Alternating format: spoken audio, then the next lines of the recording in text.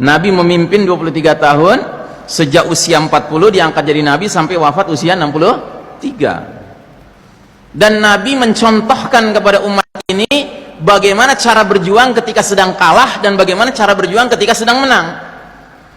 Allah takdirkan bahwa sirah nabawiyah itu harus mengandung blueprint cetak biru tentang kondisi para sahabat dipimpin Nabi dalam keadaan menang dan kondisi sedang kalah. Itu diperlihatkan. Waktu di Mekah, Nabi dan para sahabat sedang kalah. Itu contoh kita. Kita yang sedang kalah sekarang harus nyontoh ke situ. Dalam hal apa? Dalam cara berjuang. Coba ingat-ingat waktu masih di Mekah, Nabi dan para sahabat itu menjadi komponen masyarakat kota Mekah yang minoritas, tertindas, terbatas ruang geraknya. Setiap hari mengalami kriminalisasi, marginalisasi, penganiayaan, penzoliman, penyiksaan, pengusiran, bahkan pembunuhan. Kalau bullying sudah sehari-hari, dibilang orang gila, dibilang gak waras, dibilang tukang sihir, ya kan? Itu di Mekah. Tapi dengan segala penganiayaan yang dialami oleh Nabi dan para sahabat, apa yang dikerjakan oleh Nabi dan para sahabat?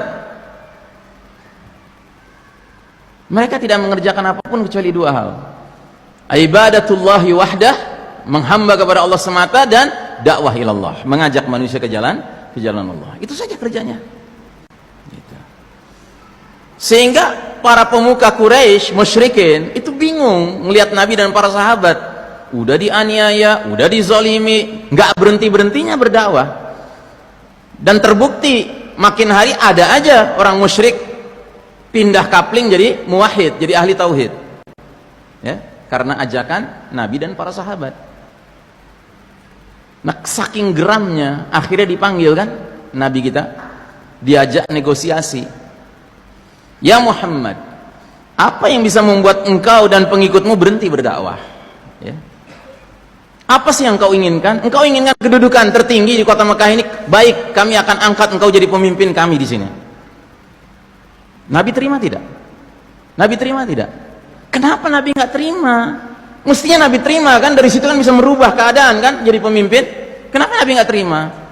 Kenapa Nabi nggak terima? Karena Nabi disyaratkan harus berhenti berdakwah, mana mau. Nah, susahnya kita sekarang lagi kalah nih Pak, ya. Ada di antara kita yang sibuk merebut kepemimpinan, nggak perlu disuruh berhenti dakwah. Kenapa? Nggak pernah berdakwah gitu. Ngerti? Nggak ada gunanya itu kepemimpinan kalau harus berhenti berdakwah. Dan itu memang syaratnya, syarat hidup di babak keempat ini. Karena yang mimpin Yahudi Nasrani adalah di negeri manapun, di wilayah manapun, silahkan boleh ada pemimpin se-Islam apapun, asalkan tidak menerapkan Islam. Itu harus sudah kita sadari Pak. Sejak lama harus kita sadari itu, ya kan? So don't play the game, don't get involved with the game. Jangan ikut-ikutan, ikut bermain gitu. Kita jadi barang-barang mainan. Dan terbukti mahal betul harganya, triliunan Pak, pakai kerdus lagi. Sakit betul. Ya kalau ikut, kalau nggak ikut mah nggak sakit. Karena apa? Karena ngerti. Ya. Jadi Allah Ta'ala mentakdirkan Nabi kita mengalami kondisi di Mekah untuk jadi pelajaran bagi umatnya yang ditakdirkan Allah juga berada dalam kondisi mirip kayak di Mekah. Kita kan kondisinya sekarang kayak di Mekah Pak. Bahkan lebih gawat kita. Kenapa? Karena Nabi dahulu mengalami penganiayaan, kriminalisasi, marginalisasi sebatas wilayah Mekah, paling jauh Jazirah Arab. Sedangkan kita umat Islam sekarang dianiaya, skalanya skala apa Pak? Skala apa? I can't hear you, saya nggak bisa dengar. Skala dunia Pak. Ini skala dunia Pak, kita penganiayaan sekarang ya. Belum kita selesai dengar yang di Palestina, tiba-tiba muncul yang di Syam, yang di Suriah, ya kan? Belum selesai yang di Suriah, muncul di Myanmar, ya kan? Belum selesai di Myanmar, muncul di Xinjiang. Belum selesai Xinjiang, muncul di Kashmir, bahkan muncul di Indonesia, ya kan? Indonesia negeri penduduk terbesar sedunia, ya kan? Bisa-bisanya di negeri ini hampir tiap hari kita dengar Quran dilecehkan, Nabi dilecehkan, Islam dilecehkan, ya. Kenapa itu? We are living in the darkest chapter of the Islamic history. Istayqidh ya ummati, wake up my dear brothers and sisters. Kita sedang hidup di babak paling kelam dalam sejarah umat Islam. Kalau sudah tahu kita di babak paling kelam, ya hendaknya kita ambil banyak pelajaran dari masa di Mekah. Di mana para sahabat nggak ada kompromi, nggak ada cerita mereka kompromi, ya kan? Tapi mereka nggak berhenti mengerjakan tugas pokoknya. Apa itu? Ibadah satu, dakwah dua.